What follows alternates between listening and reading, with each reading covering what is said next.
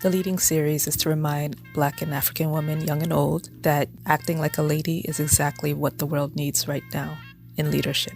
And this episode is sponsored by Audible. Audible is the leading provider of digital audiobooks.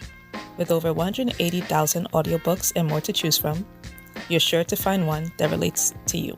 And with a free 30-day trial, you get to follow along with our Leading Like a Lady book series, in which we're going over the books written by the most prominent women leaders from the African diaspora to pull lessons that we can learn about how to step up to the plate and be leaders of our own.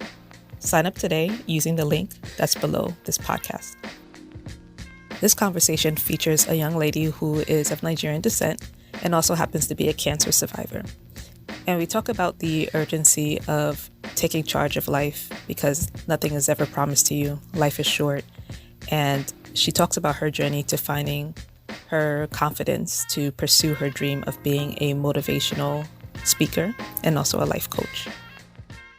All right. Hello, everyone. We are here with someone who's like a dear friend to me. Like, we grew up in church together, and I've seen her, grow in different ways. But like, really, this story now that she's going to tell us about her growth is like next level. And I feel like I still have to reach that pinnacle. So we have Fatima alums here with us. You don't know that name now, but don't worry. You'll know it. You'll know it soon. My last name changed. Oh, she married now!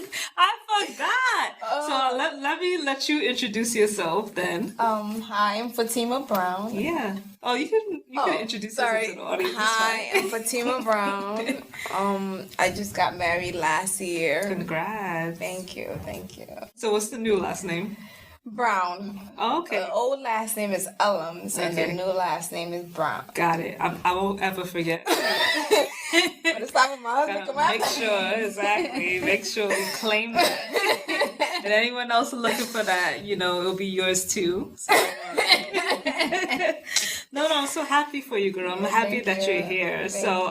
In general, let's just talk about like how we know each other. Yes. So like we went to church together. Yes. You came in like a little bit after me, yes. Right? Like, how was that journey? Tell us how you got there. So I got there. What age? 13, 14. High school. I think high school. Oh, 15. Really? Yeah, I got there at I thought it was younger. 15. No, 15. Okay. And we were living in Bronxville at the time. Mm-hmm. And my parents, I don't know how they met, the pastor, mm-hmm. But then from there we started going to their church, and that's how we met. And I met your sister. We were close, and family and everything. It was pretty good. Yeah. And then you went off to do big things. Went off to study. I went to college. Mm-hmm. And I got a performing arts degree. Mm-hmm. Later on though, that's like recently I got the degree, but I went to college, but I didn't finish at the time. Okay. And then I basically started working and, doing other things like that. Mm-hmm, mm-hmm. What was that? Because we did a podcast episode about, it was called Hot Girl Summer. And we were talking about a bunch of things, but we were also talking about, like, as Black women, like, just finding, or, like, claiming, like, what our ownership of what we want to do with our careers, mm-hmm. like, especially outside of, like, what our family says, mm-hmm. as African women in particular. Mm-hmm. So I would love for you to briefly share, like, what was that conversation like? Okay, so I'm sure, because you're Nigerian, right? Yes. I'm Nigerian as well, so I don't know about anyone else, but I know with my parents, it was go to school, be a nurse, be a doctor, make sure you get a degree, and everything else was like... Figure out how to make it basically, work. Everything else was like nothing. And with me personally, I feel like it was always a struggle. I feel like I was always fighting with myself. Like I had two people constantly struggling with what I was destined to be, with what was traditional, with what people saw as successful. So, which is why I didn't finish school at the time that I was in school, and I was there for so long. It was always a fight within myself with what I knew in my heart that my destiny was, but I didn't believe. I was running away from it because it wasn't a traditional thing to do. Right, and you wanted to make your parents happy. And too, I wanted to make everyone happy, and to me, that path was just like, if I go that path, what if I fail? I was afraid as well. What if I fail? What if it doesn't happen? What if it's just me trying to do this thing that is going to go nowhere? My big fear was being broke. I don't know why. Well, I think I know why. It's because, like, especially as children of immigrants, like, not just African parents, it's like they came all this way here to this country because they didn't want to suffer anymore, and so like they're investing so much in you, and that's why they're telling you be a doctor because we need that reimbursement. No, it's true. I agree. I really agree. Everything you Yes. invested in you, and then you too. You don't want to like continue that legacy of struggle with your own children. So like that was my biggest fear when I was younger. It was like I was so afraid of being broke. Like for some reason, I didn't know where the fear came from at that time. I didn't know. Yeah. But it was like, oh my God, I cannot be broke. I have to make sure I do something because I can't be broke. I can't suffer with money. I can't do this and I can't do that, which is understanding as a, like you said, as an immigrant child. Yeah. But that, I think that was also like the main thing for me. As much as my parents have been such a wonderful parent, they've been really good with raising us. They did their best that they could. But I felt like I was always out of place. I felt like, to me, speaking my truth, because I think that what we're afraid to do is speak our truth. Because we're afraid of people pointing fingers and thinking that we're wondering what they're going to say about us. Yeah. My truth was I felt like I wasn't smart enough. My truth was I felt like I wasn't enough. My truth was I felt that I just felt that I couldn't do what other kids were doing. Even though that's not true, but those were the lies I was telling to myself. And because of that, I felt like I wasn't talented enough either. And because of that, I felt like the struggle was there. Yeah. The struggle of finishing my degree, or because I was always changing my mind. And the reason why I was always changing my mind was simply because I knew that's not what I was supposed to do. I knew that's not the path that I was destined to do.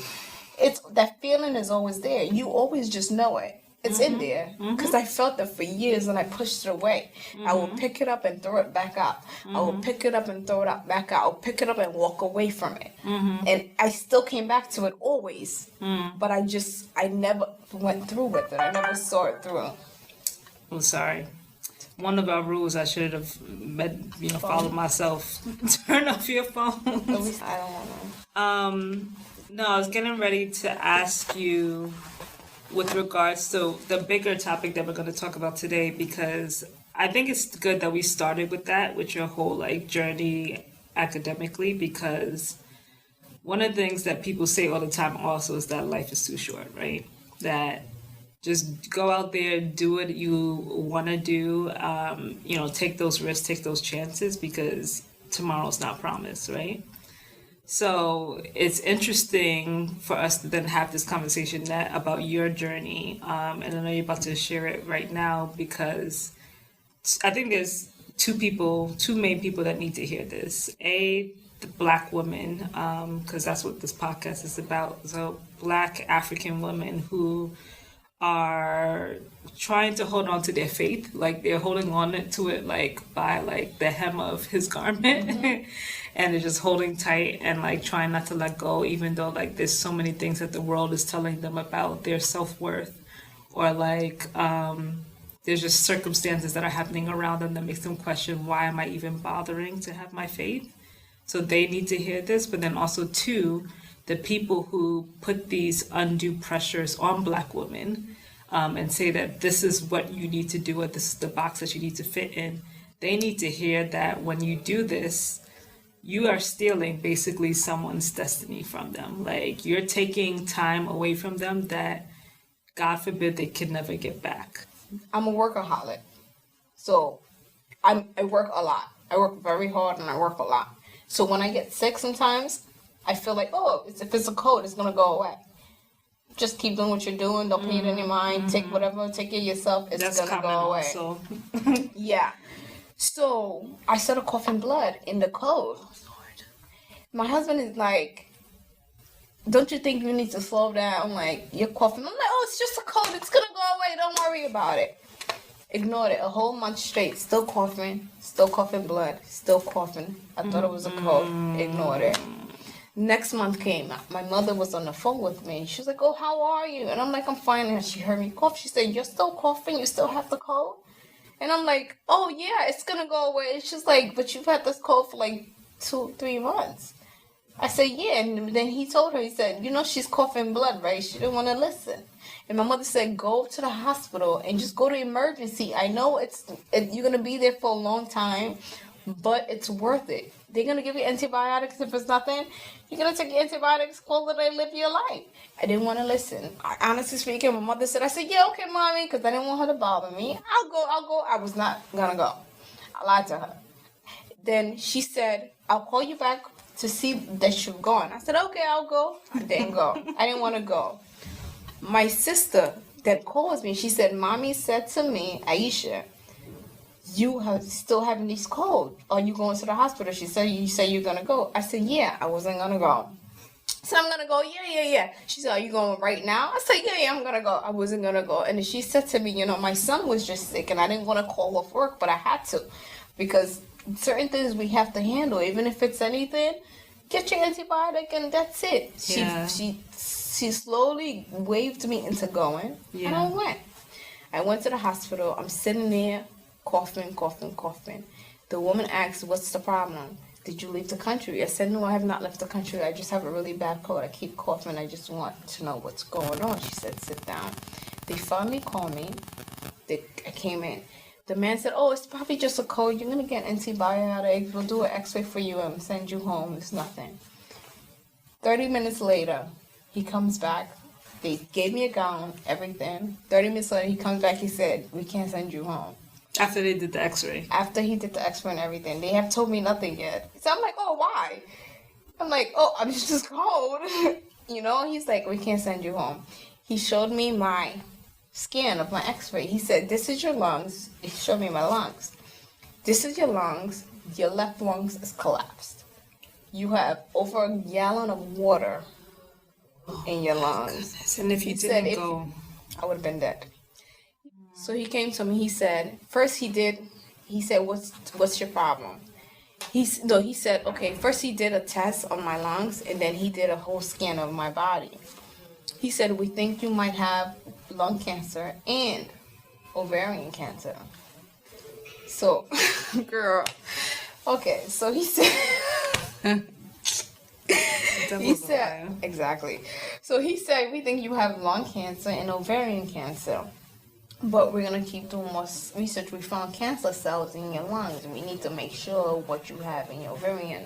Full month later, he comes to me. He said, he diagnosed me with lung cancer. And he said, we still don't know if you have ovarian cancer, but we see a lot of stuff there. But I figured it was the endometriosis. So he said, we're going to put you immediately on chemo. Don't worry, we're going to put you right after on chemo and get you started immediately. Now, my mother had cancer 2 years ago before that. Yeah, I remember that. So I'm not getting on chemo. Me and my husband got into this holistic thing already from before. So Dr. Sebi and all of this, we've been already doing a little research, spirituality, all this stuff. So I already had, thank God, knowledge that I already knew about what I knew. And I didn't want to just jump into this. My mother said to me, just get on chemo and don't take too long. She's scared. I understand. Let's stop on that for a second because I think that's a good segue in terms of like spirituality and also like just like lies that we're fed in terms of like American society, I really think so, because there's this whole, besides Dr. Sebi, there's just this whole movement of just like going back to like our natural roots and like figuring out like what we did as a people before we came to the Western world, and what the Western world is telling us. Is Western medicine is always science, science, science, like whatever we see, like in terms of the laboratory, or like whatever basically certain people say is law is like what it is. When we have had like, and that's what Dr. Sebi was studying. We have had all of these other ways of approaching like these issues, and then they, you know, put a high price tag on it now because it's like fancy and like the hipsters like it or something like that. So it's like, on the one hand, they're telling us that our culture is like barbaric, or it's like, or it's like rudimentary. It's not real. But then like, even with the cannabis industry, like now, like, now they're legalizing it, and now they're saying all the benefits of it and blah blah blah, and then they're like hiking up the price and like certain people are making a profit off of it. So I want to like delve into like what, I know you said that, you know, you guys have been reading more about like spirituality in terms of like holistic dieting, but what really changed or turned your mind to say like, okay, I've grown up in a society that said like, this is the way that I'm supposed to do medicine, or this is the way I'm supposed to take care of myself, but I'm gonna ignore it because it's hard for like, it's a weird like balance, like even for immigrants, like they come here and they say like, oh, that Oyinbo stuff, Oyinbo is like Oyinbo, white person. Yes. Girl. They say all these Oyinbo stuff, but then on the one hand, when it comes to like science or like whatever they think is like prestigious, they'll listen to them. So it's like, what truly made you say like, no, I'm gonna take the risk? Because some people think it's a risk to say like, I'm not gonna do chemo, I'm not gonna like listen to any of that. Like, what really made you just change your mind and said, I'm gonna ignore regular medical advice? In my mind, it opened, and I stopped feeling sorry for myself at that moment. Yeah. My mind opened up possibilities. It started to ask questions. It started to say, what's cancer? How does it happen? How can you prevent it? What's the solution? What are the alternatives? And as I started to question myself, thank God for the era of social media and Google. Thank you, Google. Our new library. With every information, no one can be ignorant right now. If you're in a country, especially in America, you have no right to be ignorant. No luxury. There's too much resources. And I opened that same Google in that same phone, and I started Googling all my information. I started getting all my answers. Look at that. And I started getting alternatives. And I realized how powerful your mind is. If you made your mind a decision to die, you're already dead. Look at like, one of the things that I'm battling as a Black woman, and that the reason why I wanted this platform is because we're also looked at as strong. Like, one of the stereotypes that people put on us is that, oh, they can handle anything. So like, just, you know, do whatever you want to them, like cheat on them, or, you know, like this whole Black men don't cheat thing that's supposed to be ironic, but it's like, oh, you know, men cheat, but then like just forgive them, like it's okay, like just let him, you know, get it out of his system and then keep going. I beg you. Like, do all of these things to Black women basically because they can handle it, they could take it. And I think the only reason why I am particularly strong in terms of this battle with my mind, because I'm still dealing with anxiety, and I go through bouts of depression every now and then, but like the only reason why my mind hasn't totally given up like it did that time is because every time I remember what I'm thinking about to do, I immediately go back to that memory. You know what I'm saying? And that memory is like my anchor to remind myself, like, there's a reason why you're still here. That you were supposed to be dead then, but you made it through. And so like, I have to hold on to that mental memory, and that's the only reason why I'm like still going here. But it's like, it's also another balance too. It's like, we want to be strong, but like, and this is going to be a question that I ask you, like, what times do you feel like you can be vulnerable and just say, like, right now I don't want to be strong, or like I'll give myself a moment to like let it out. I mean, I'll give myself a moment to like let it out, but still be disciplined about it and not like go too far where that's gonna lead to like, God forbid, death. One thing I've learned is vulnerability is power. Okay. When I was younger, right, and I came from Africa here. Yeah. I was bullied all my life. Yeah. Right now I speak a lot, but when I was younger, I said nothing. Mm-hmm. I kept everything, internalized everything. Everything until I got to high school and I started talking a little bit, but I still kept everything inside. My mother never knew. I was severely bullied. Yeah. And that played a mental trick on my mind. Yeah. To make me feel like I'm not good enough. Yeah. To make me feel like I'm inferior. To make me feel like, and I never talked about it. And what I realized is as I started to feel freer to talk about it, I had strength in that. That gave me power. So the idea that people think being vulnerable is actually a strength. It's not a weakness. So interesting how that works. Yeah. And then when you realize that, you're able to face your truth. Mm-hmm. Because even not till recently, the process of spirituality with me takes time. It's not an overnight thing. Some people think that, you just meditate and that's it. No. I constantly fight with myself every day. Mm-hmm. But when I realize the power of my mind, all you have to do is make a decision. Every time once in a while, when I say to myself, I feel like I'm not good enough, after a couple of minutes, I'm like, what am I doing about? I am good enough. And what? Being the idea of this, I think a society puts us an idea that we have to be perfect, and especially us black people in general, women and men. Yeah, we gotta be twice as good. We have to be twice as good, twice as smart. We're not beautiful. Name it. There was a time I used to be so mad when I used to see a white woman and a black man together. I used to get so mad. My husband's like, "What's wrong with you? I'm with you though."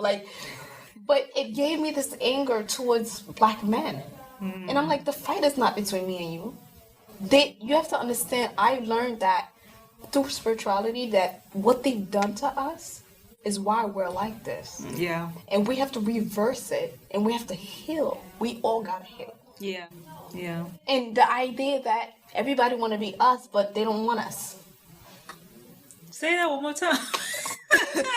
No, seriously. No, seriously. Everybody want to be us. Everybody want to do. They want our booty. Everybody want our lips. Mm-hmm. Everybody want our boobs. Mm-hmm. Everybody want to shade their skin darker, but nobody want to be us. Everybody want nice curly hair.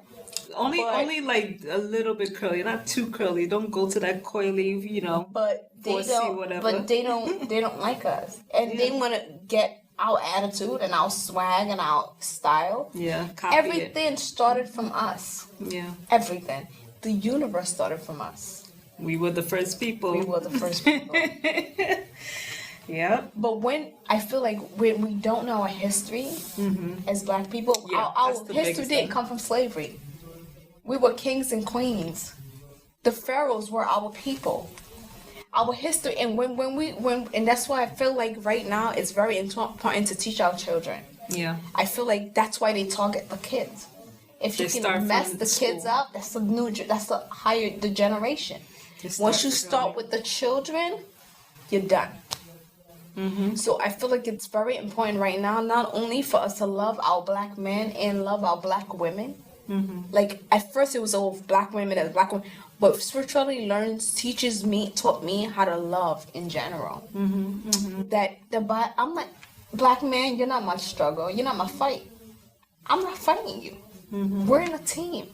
We should be. And to win, we need to work together. Yeah, yeah. And if we don't work together, you ain't gonna win, and I ain't gonna win. Mm-hmm.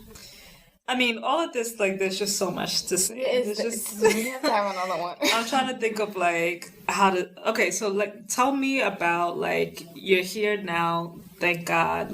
You survived, you made it through. What do you feel like you're doing next now with this lesson that you learned? And it's not the idea of money. The idea of everything is, oh, let's make money and that's it. Life is more than just money. Our mental health is important. Us as our people are important. So I feel like the first thing we do is here, in here. Yeah. Once this is done, everything else is going to get itself together. You're going to look good, don't worry. But get this first. Yeah. That's the most important thing. It's funny how it radiates from you. Like You too, see it, like, it shines. Exactly. But anyways, basically with my journey of cancer, I've learned to live my dreams, to live my damn life. Life is so short. But that's what I'm saying. Tell us about what your plans are. Like, So I'm a motivational speaker, and I'm also a life coach. And from everything I've learned, I teach people how to overcome their fears. I teach people how to live the best life that they can live. We know what it is that we're meant to do. Yeah. We may not know specifically what it is. We have an idea what our heart is telling us. Follow your heart. And it's like another thing too. Like, so the people who I was saying were like putting all these undue pressures on, their children and also just Black women in general. My message to them is basically like, you have to give people the opportunity to fall down, make mistakes, and explore. Like we feel like because of the way I think like the Western world works, is like, not even the Western world. I can't really say that because it's a lie too, and when I was in Germany, like, and I think that's the best example of like what life really should be. It was, okay, every single track that you went through, even as like a elementary school student or a primary school student, like leading up to high school, they would just watch you and say like, okay, where's this person gravitating towards like more often, rather than saying like, you need to go on this path. So like they'll have vocational schools, right, for like people, and it's not like you went to vocational school and it was like a bad thing. It wasn't like how we look down on it now, like, oh, you're going to be a plumber. When you were a plumber, you were a plumber. Like, you were the best plumber. Like, people paid you a high price. It's not like you were like struggling to make ends meet just because you were a plumber.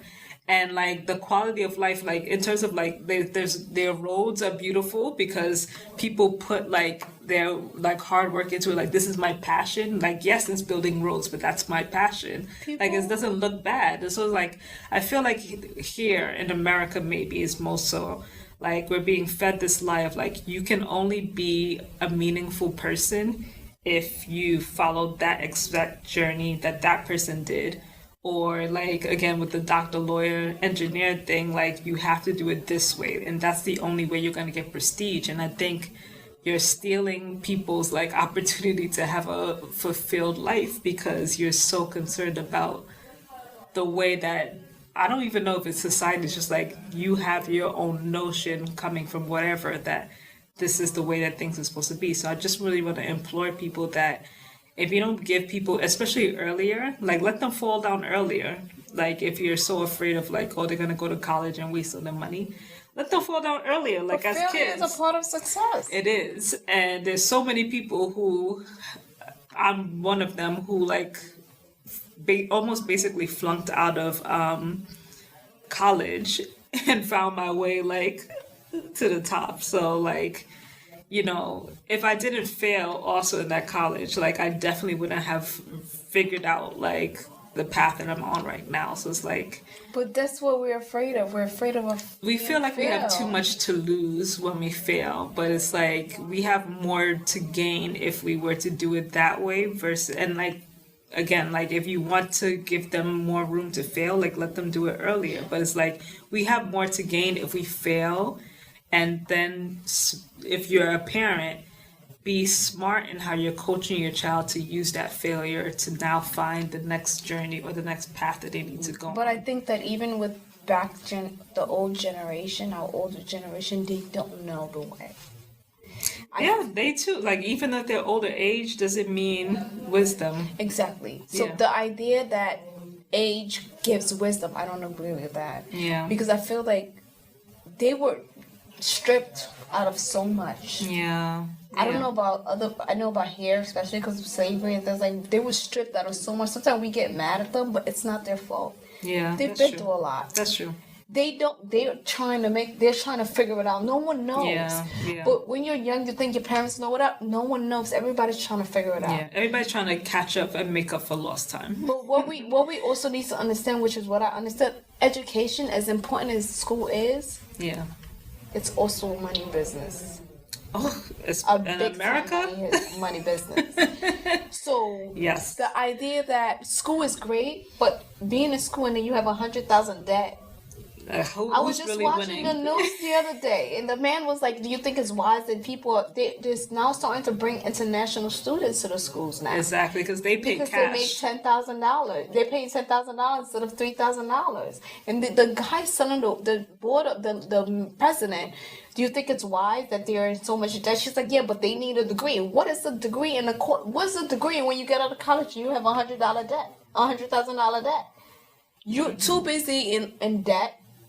You're working a $30,000 a year job because you just started out and everybody wants you to have experience and you don't have any. Or you can barely get a job, so you're working at McDonald's now because you don't have the experience. Yeah. And now you're trying to pay off a debt that you can't pay off, and now that puts you more and more debt because your credit score is going down. It's slavery. Exactly. So It's modern different ways of slavery. Yeah. That's all they just switched it to be literally seeing it to a mental thing. That's all it is. So we need to educate ourselves in that. Yeah. That we matter. Our health matters. Our mental health matter. It's not okay for you to be depressed and be successful in your field. Yeah. It's What's not. the point? It's not. Yeah. What's the point? What is it? What is it gain the world to lose your soul? It's not okay. Yeah. You can see the most successful woman in the world and like, oh, she's doing good. She's slaying. Not knowing that she's feeling at home. Yeah. Yeah. And that's what kills me. She's feeling at home. She's not there for her children. Yeah. Little things like that matter. Yeah. Your kids need you. Your family needs you. And your career needs you. So we need to find balance. Yeah. Yeah. In all aspects. And you need yourself. Yeah. I was saying sometimes I think the Sabbath was made for Black women. Like, because we feel like we're particularly like in this like, pressure to succeed at everything. Like we have to prove to people that we can do this. Have to prove to people that we can, be domestic and we can also like, hold it down like in the boardroom and stuff like that. And we don't ever give ourselves a chance to rest. No. Like, so if it weren't for the Sabbath and honoring it and wanting to decide to honor it, we would just work ourselves to death. So it was specifically built for us. You're right. You're right. And I really agree. You're right. We need to all, and like right now, I'm moving in my own rhythm. Yeah. And once you find the harmony in that, whether you do good or bad, it don't matter. Exactly. Are you happy? Are you like That's feeling the most important like part. You're enjoying? What I do now, I do it for love. Amen. I do it out of love. Yeah. Money matters, but as long as I can eat, my family is okay. Yeah. We're making decent money. Yeah. I'm fine. Don't forget to sign up for a free 30-day trial of Audible using the promo link below this podcast.